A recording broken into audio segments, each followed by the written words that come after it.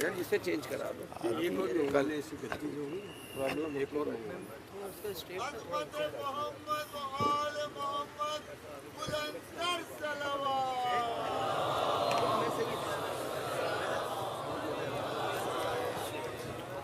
علی سبیل الہی ہے، علی اسم الہی ہے، علی آغوش رسالت میں رسالت کی دیتا گواہی ہے، اور معراج پر نبی سے محور گفتگو علی ذات الہی ہے۔ نعرے حیدری،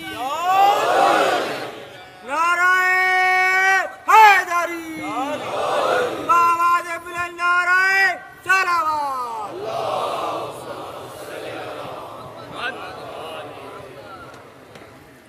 اعوذ باللہ السمیع العلیم من الشیطان اللعین الرجیم، بسم اللہ الرحمن الرحیم، الحمد للہ الملک الحق المبین، المتصاغر لعظمته جبابرة الطاغين، المتخاضع لكبريائه عتاة المتمردين، المعترف بربوبيته سائر الخلق أجمعين، والصلاة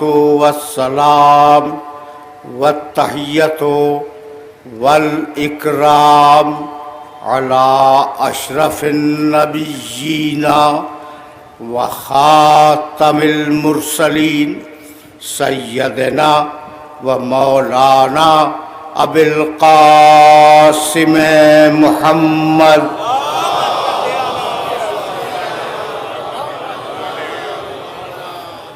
وأهل بيته الطيبين الطاهرين المعصومين المظلومين، أما بعد، فقد قال الله سبحانه وتعالى في محكم كتابه المبين، بسم الله الرحمن الرحيم، سبح اسم ربك الأعلى الذي خلق فسوى، والذي قدر فهدى، والذي أخرج المرعى فجعله غثاء أحوى، صلوات۔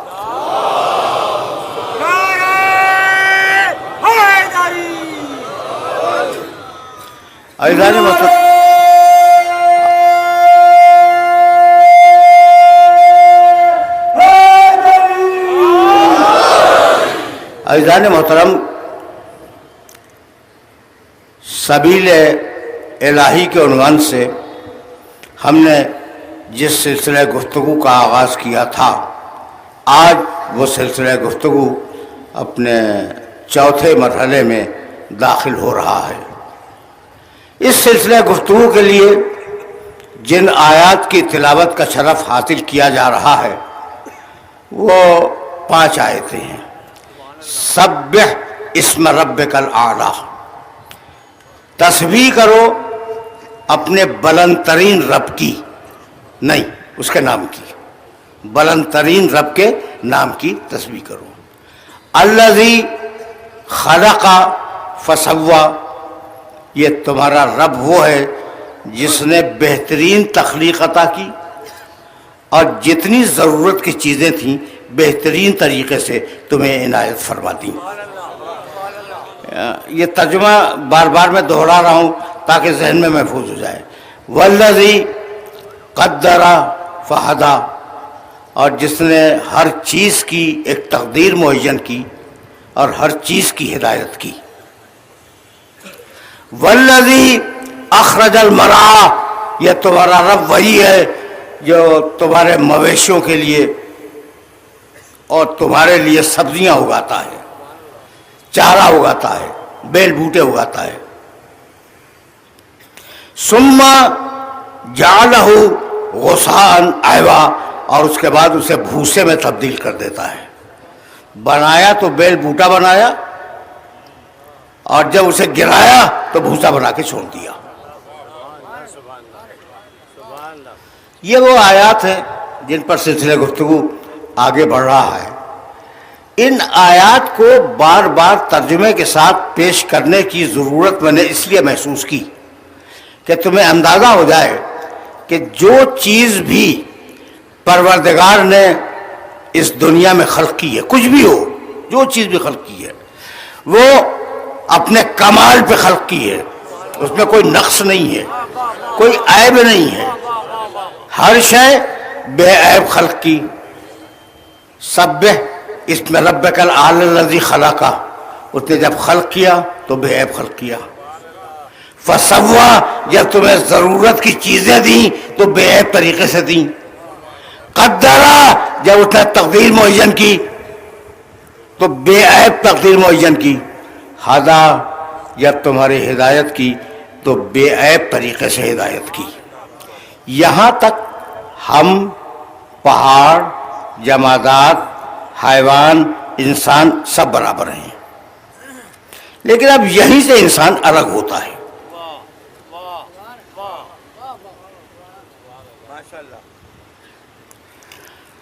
بہت بڑا مجمع ہے، اور کبھی کبھی یعنی یہ نہ سمجھیے گا کہ مسودہ بھول گیا۔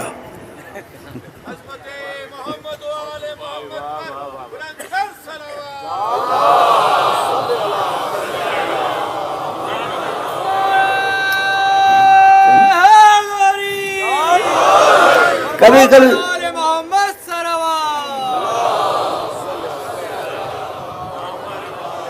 کبھی یہ خیال ہوتا ہے کہ بات کو بیان کیا جائے یا بیان نہ کیا جائے۔ مجھے ایک چیز بتا دو کہ اگر میں تمہاری سماعتوں پہ بھروسہ نہ کروں تو کیا مسجد کے ملا کی سماعت پہ بھروسہ کروں؟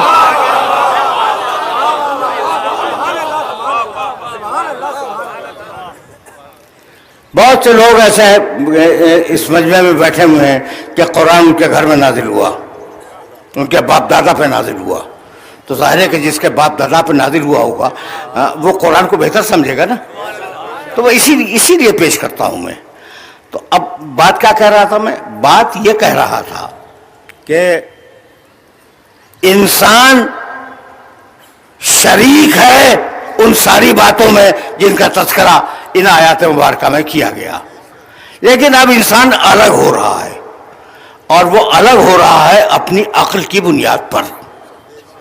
بہت آرام سے سننا، ہو سکتا ہے کہ سطح عمومی سے بلند ہو جائے بات۔ انسان بلند ہو رہا ہے اپنی عقل کی بنیاد پر۔ وَلَقَدْ كَرَّمْنَا، سورہ بنی اسرائیل، 17واں سورہ قرآن مجید کا اور 70ویں آیت۔ وَلَقَدْ كَرَّمْنَا بَنِي آدَمَ وَحَمَلْنَاهُمْ فِي الْبَرِّ وَالْبَحْرِ وَرَزَقْنَاهُمْ مِنَ الطَّيِّبَاتِ وَفَضَّلْنَاهُمْ عَلَى كَثِيرٍ مِّمَّنْ خَلَقْنَا تَفْضِيلًا۔ ہم نے ساری مخلوقات میں آدم کے بیٹوں کو عزت دی۔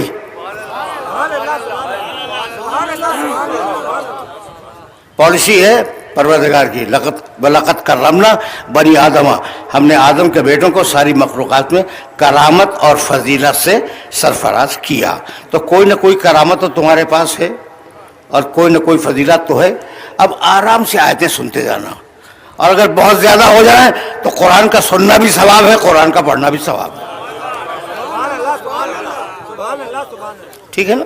اچھا، حالانکہ میں آیات بہت زیادہ نہیں پڑھوں گا، لیکن جب یہاں تک آ گیا ہوں، قرآن عجیب کتاب ہے۔ اس کتاب نے دیکھو آسانی سے پڑھ کے نکل جاؤ تلاوت کرتے ہوئے تو سمجھ میں نہیں آئے گا کہ کیس کیا ہے، اور جب ایک سبجیکٹ کی آیتوں کو جمع کرو گے تو کیس سمجھ میں آ جائے گا۔ یہ بہت باریک بات میں نے کہہ دی ہے۔ وہ لوگ جو قرآن فہمی کا ذوق رکھتے ہیں ان کے لیے یہ جملہ ہدیہ ہے کہ اگر ایک موضوع کی آیتیں جمع کرو گے تو تمہاری سمجھ میں وہ موضوع آ جائے گا، اور اگر تلاوت کرتے ہوئے گزر گئے تو سمجھ میں نہیں آئے گا۔ بس قرآن نے جب انسان پہ گفتگو کی تو اس شان کے ساتھ گفتگو کی کہ بسم اللہ الرحمن الرحیم، ہر عطا علی الانسان حین من الدہر لم یکن شیئا مذکورا، انسان پر یقیناً ایک ایسا زمانہ گزرا کہ جب انسان قابل ذکر نہیں تھا۔ پڑھ لکھے ہو، انسان پر، ایک مرتبہ پھر ترجمہ کر رہا ہوں، انسان پر یقیناً ایک زمانہ ایسا گزرا ہے جب انسان قابل ذکر نہیں تھا، مگر قابل ذکر نہیں تھا۔ تو کہاں تھا؟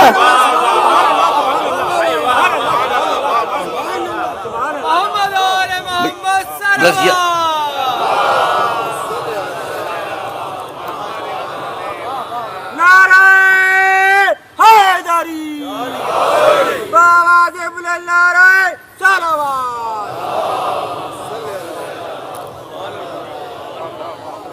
یعنی پرانی سائنس کی روشنی میں آگ، پانی، ہوا اور مٹی، ان کو ملا کر انسان بنایا گیا نا۔ تو انسان کا کچھ حصہ آگ میں تھا، کچھ ہوا میں تھا، کچھ مٹی میں تھا، کچھ پانی میں تھا۔ تو حل عطا علی الانسان حین من الدہر لم یکن شیئا مذکورا، انسان قابل ذکر نہیں تھا۔ انا خلقنا الانسان، اب دیکھو انسان کی تاریخ چل رہی ہے، انا خلقنا الانسان من نطفۃ امشاج، ہم نے انسان کو ملے ہوئے آب مخلوط سے پیدا کیا۔ دو باتیں ہو گئیں۔ پھر فرماتا ہے نبتلی ہے، اور ہم نے یہ طے کیا کہ ہم اس انسان کا امتحان لیں گے۔ یہی تو پالیسی میکنگ جملہ ہے کہ جانور کا امتحان نہیں ہے، پہاڑوں کا امتحان نہیں ہے، چوپایوں اور مویشیوں کا امتحان نہیں ہے۔ نبتلی، ہم نے یہ فیصلہ کیا کہ ہم انسان کا امتحان لیں گے۔ فجعلناہ سمیعا بصیرا، تو ہم نے انسان کو سمیع بنایا اور بصیر بنایا۔ سمیع کے معنی سننے والا اور بصیر کے معنی دیکھنے والا۔ دیکھو اب ایک جملہ یہاں بھی کہتا چلوں، عربی میں سننے والے کے لیے ایک لفظ اور بھی ہے جس سے سب واقف ہے، سامع۔ سامع بھی تو کہتے ہیں نا سننے والے کو، یہاں سامع بنایا ہم نے انسان کو نہیں، سمیع بنایا۔ اور باصر بنایا نہیں، ہم نے بصیر بنایا۔ سننے والا بنایا اور دیکھنے والا بنایا۔ اب سمیع میں اور سامع میں فرق کیا ہے؟ بصیر میں اور باصر میں فرق کیا ہے؟ اگر یہ فرق سمجھ میں آ گیا تو میری محنت سہارت ہو گئی۔ سامع جو سنے، سمیع جو توجہ سے سنے۔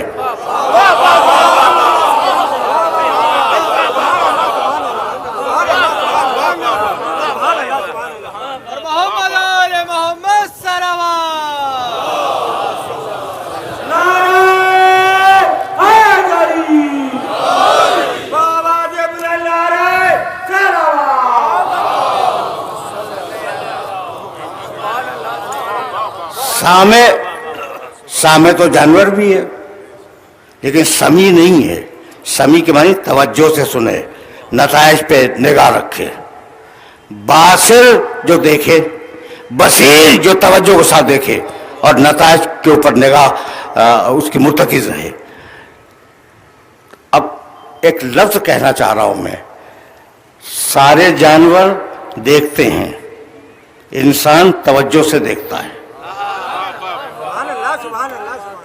دیکھو پچھلی ساری تقریریں ریلیٹ ہو جائیں گی اس مقام پر۔ سارے جانور دیکھتے ہیں، انسان توجہ سے دیکھتا ہے۔ سارے جانور سنتے ہیں، انسان توجہ سے سنتا ہے۔ جہاں توجہ آئی وہاں عقل آئی۔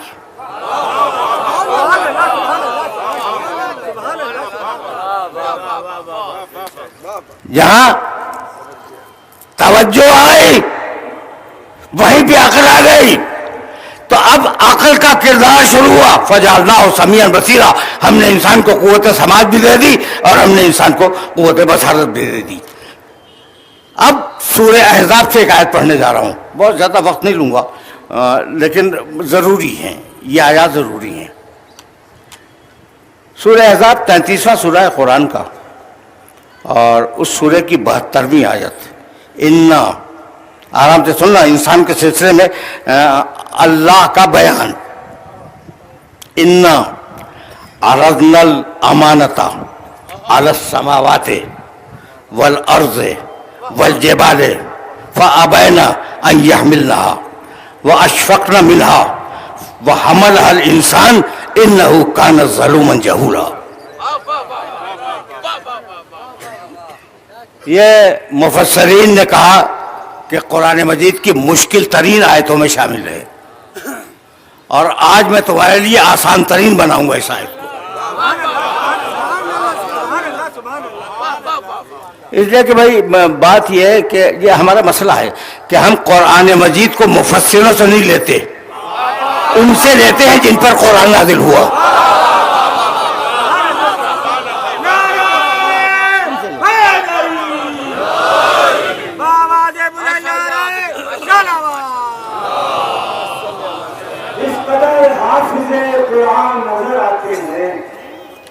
جس قدر حافظ قرآن نظر آتے ہیں، کیا یہ سب صاحب ایمان نظر آتے ہیں؟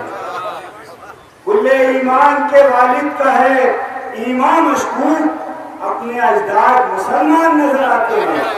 نعرہ حیدری!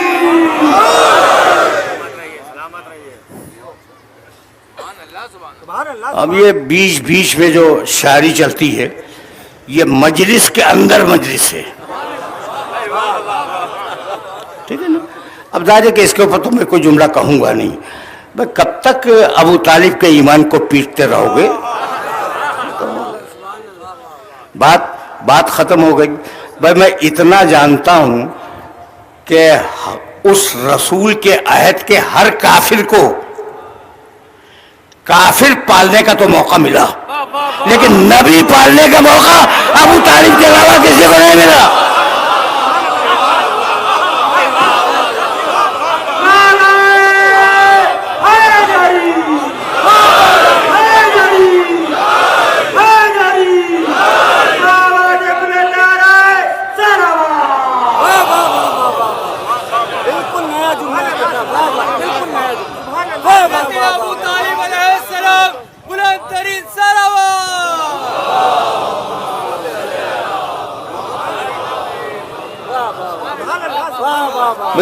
اس جملے کو یاد رکھو گے نا، یہ بالکل آف دا ریکارڈ بیچ میں آ گیا کہ ہر کافر کو اپنے گھر میں کافر پالنے کا موقع تو ملا، لیکن نبی پالنے کا موقع اور نبی پالنے کا شرف ابو طالب کے علاوہ کسی کو نہیں ملا، اور خدا کی قسم قیامت تک نہیں ملے گا، اس لیے کہ نبوت ہی ختم ہو گئی.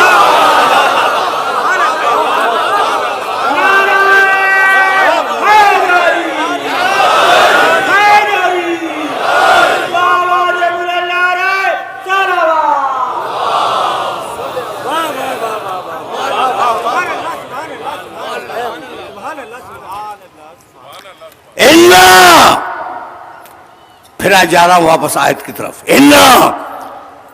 حوالہ دے چکا. عرضنا الامانۃ، ہم نے اپنی امانت کو پیش کیا. کون کہہ رہا ہے بھائی؟ اللہ. انا عرضنا الامانۃ علی السماوات والارض والجبال، ہم نے آسمانوں سے کہا ہماری امانت کو اٹھا لو. ہم نے زمین سے کہا میری امانت کو اٹھا. میں نے پہاڑوں سے کہا کہ بھائی نہ آسمان اٹھاتا ہے نہ زمین اٹھاتی ہے، تم اٹھا لو. فَأَبَيْنَ أَن يَحْمِلْنَهَا، آسمانوں نے انکار کر دیا، پہاڑوں نے انکار کر دیا، زمین نے انکار کر دیا. اور کیا کہہ کے انکار کیا؟ اشفقن منہا، مالک اس کا تیری امانت کا بوجھ بہت زیادہ ہے. سن رہے ہو نا؟ قرآن ہے قرآن. وَحَمَلَهَا الْإِنسَانُ، وہیں کہیں انسان کھڑا ہوا تھا، وہ آگے بڑھا اور اس نے اس امانت کو اٹھا لیا. سن لیا تم نے؟ پہاڑوں نے منع کر دیا، زمین نے منع کر دیا، آسمانوں نے منع کر دیا، انسان نے سنا اور انسان نے اس امانت کو اٹھا لیا۔ انہو کان ظلوما جہولا، انسان ظالم بھی تھا اور انسان جاہل بھی تھا۔ بھائی انسان نے کیا غلط کام کیا تھا؟ اللہ نے خود ہی کہا تھا نا کہ امانت کو اٹھاؤ، غلط کام تو نہیں کیا، تو پھر تعریف کرو، برائی کیوں کر رہے ہو؟ کتنی عجیب بات ہے۔ اس لیے میں نے یہ جملہ عرض کیا تھا کہ مفسرین کے لیے مشکل ترین جو آیات ہیں قرآن مجید کی، ان میں سے ایک ہے کہ بھئی کیا کریں؟ اگر وہ ظالم تھا اور اگر وہ جاہل تھا تو پھر مقام تعریف تو نہیں ہے، کہتے کہ اس نے بھی امانت کو منع کر دیا تھا۔ تو مقام تعریف میں یہ کہنا کہ انسان جاہل تھا، انسان ظالم تھا، بھائی توجہ رکھنا، اس لیے کہ اس مرحلے فکر سے اب بات کو آگے نہیں جانا۔ انسان ظالم تھا، انسان جاہل تھا، پریشان ہو گئے یا نہیں؟ ہو گئے نا پریشان کہ بھئی آیت پھنس گئی۔ ایک مرتبہ اور سنو، اور آیت کے باہر سے جواب نہیں دوں گا، آیت کے اندر جواب موجود ہے، اور یہی قرآن کا معجزہ ہے۔ وَحَمَلَ الْإِنسَانَ إِنَّهُ كَانَ ظَلُومًا جَهُولًا، انسان نے آگے بڑھ کر اس امانت کو اٹھا لیا۔ وہ ظالم تھا، وہ جاہل تھا، امانت اٹھانے سے پہلے ظالم بھی تھا، جاہل بھی تھا۔ ادھر امانت اٹھائی، ظلم عدل سے بدل گیا اور جہالت علم سے بدل گئی۔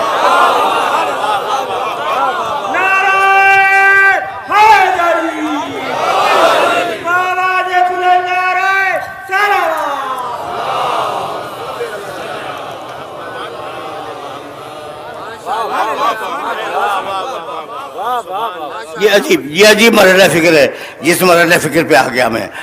تو اب انسان نے اس امانت کو اٹھا لیا، یہ ہے امانت عقل۔ یہاں تک آ گئے نا؟ اور اب سورہ مومنون 23واں سورہ قرآن مجید کا، کتنی آیتیں سناؤں؟ لقد خلقنا الانسان من سلالۃ من طین، آرام سے سنو، قرآن ہے قرآن۔ ہم نے اس انسان کو مٹی کے عرق سے نکالا، ست سے نکالا، اور ست ہندی کا لفظ ہے، اس کا اردو میں ترجمہ کر لو جوہر۔ ہم نے مٹی کے جوہر سے انسان کو نکالا، من سلالۃ من طین ثم جعلناہ نطفۃ فی قرار مکین، پھر ہم نے اسے نطفہ بنا کر رحم مادر میں منتقل کر دیا۔ ثم جعلنا النطفۃ علقۃ، پھر ہم نے اس نطفے کو جمع ہوا خون بنا دیا۔ فخلقنا العلقۃ مضغۃ، اور پھر ہم نے اس جمے ہوئے خون کو گوشت کا لوتھڑا بنا دیا۔ بس توجہ رکھنا، نطفہ تھا، علقہ بنا، پھر مضغہ بنا، اور مضغے بعد جانتے کہتے ہیں ثم، پھر ہم نے یہ ثم کے لیے زحمت دے رہا ہوں میں، پھر ہم نے اس میں ہڈیاں اگا دیں۔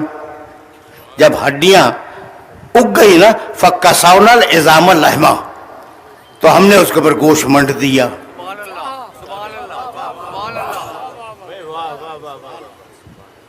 ہم نے اس کے اوپر گوشت من دیا۔ ثم انشأناہ خلقا آخر، پھر ہم نے ایک نئی چیز بنا کر اسے دنیا میں بھیج دیا۔ فَتَبَارَكَ اللَّهُ أَحْسَنُ الْخَالِقِينَ، بس بابرکت ہے اللہ جو بہترین خالق ہے۔ ہے نا یہ مسائل؟ میرے محترم دوست، اب اگر بیچ بیچ میں ان کے کام کی بات نہ ہو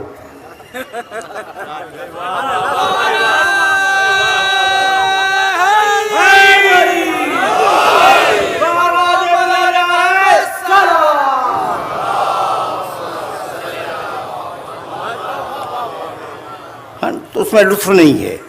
اچھا بھائی، اب ایک اس آیت میں ایک لفظ استعمال ہوا ہے سما. سما کے معنی پھر، اور ایک لفظ استعمال ہوا ہے فا. فا کے معنی پھر، یعنی دونوں لفظوں کے ایک ہی معنی ہیں.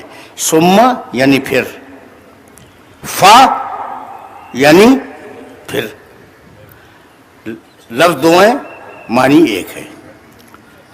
لقد خلقنا الانسان من سلالۃ من طین، ہم نے مٹی کے سط سے انسان کو نکالا. ثم ہے یہاں جعلناہ نطفۃ فی قرار مکین، اور پھر ہم نے ایک لمبے پروسیس کے بعد اسے نطفہ بنا کر رحم مادر میں منتقل کیا. پھر خلقنا النطفۃ علقۃ، پھر ہم نے اس نطفے کو جمع ہوا خون بنا دیا. اب یہاں تک سما تھا نا. پھر اب جانتے ہو کیا کہتا ہے؟ فَخَلَقْنَا الْعَلَقَةَ مُضْغَةً، پھر ہم نے اس علقے کو، جمع ہوئے خون کو لوتھڑا بنا دیا. اب یہاں فا آ گیا، سما نہیں ہے. ٹھیک. فَخَلَقْنَا الْمُضْغَةَ عِظَامًا، اور ہم نے پھر اسے ہڈیوں میں تبدیل کر دیا. فا. بھائی توجہ رکھنا کہ ہم نے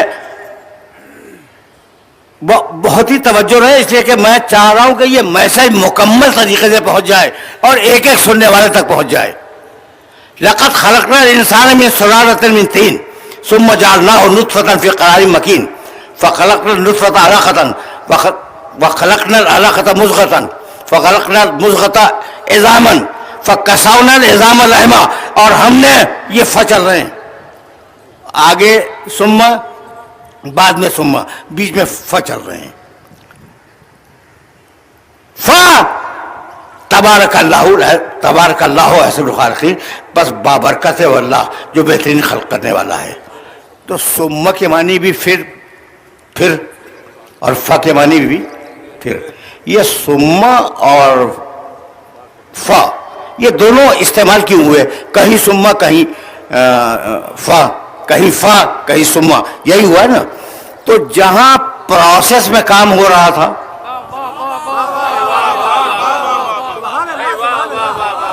بہت علمی اور دقیق مرحلہ ہے. جہاں پروسیس میں کام ہو رہا تھا وہاں سما،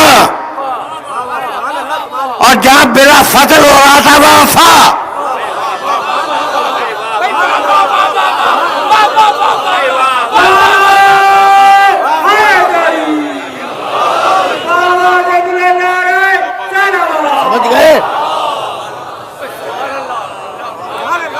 دیکھو یہ قرآن کے رموز ہیں، اور اگر یہ پہنچ گئے تو میری محنت سہارت ہے. جہاں بلا فاصلہ کام ہو وہاں فا استعمال کرتا ہے، جہاں فاصلے کے ساتھ کام ہو وہاں سما استعمال کرتا ہے. یہ دلیل قرآن کی یاد رکھو گے کہ جہاں فاصلہ ہو وہاں سما، جہاں فاصلہ نہ ہو وہاں فا. من کنت مولا ہو فہذا علی المولا.